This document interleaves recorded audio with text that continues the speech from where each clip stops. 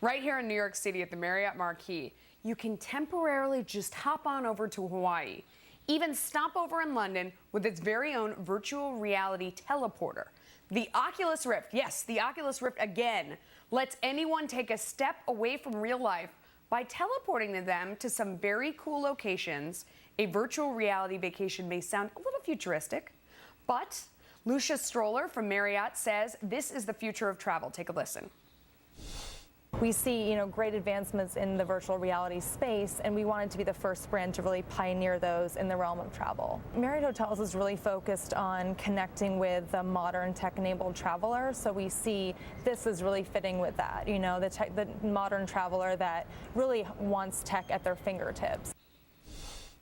So you pop on the headset and you are there, complete with everything from a nice Hawaiian breeze to some ocean mist to a huge gust of wind from the top of London's Tower 42. We talked to some people who tried it out.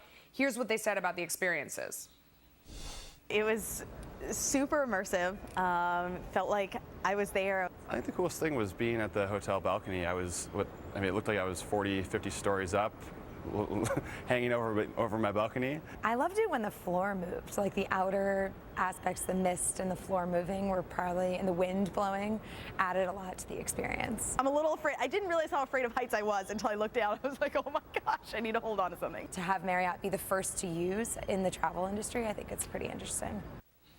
Pretty interesting indeed. Bruce and Todd are back with me now. So here's my main question, Bruce. The idea of Marriott is to get you to travel, right? They're a hotel company. They want you to go somewhere and check into a room. So why would they make it easy for you to go to Hawaii without staying in one of their Hawaiian hotels?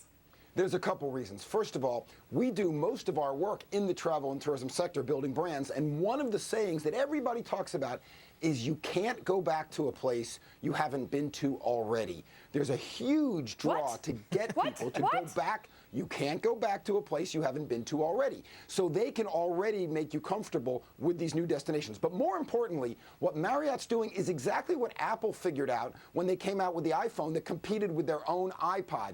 They have to keep innovating. They have to keep changing. And if it cannibalizes their own business, better them than someone else. In an unusual circumstance, I'm going to disagree with Bruce because I always like to go somewhere new. I mean, I don't need to go back to why would I go back to some place I've already been? That's a terrible idea. Todd, what do you got?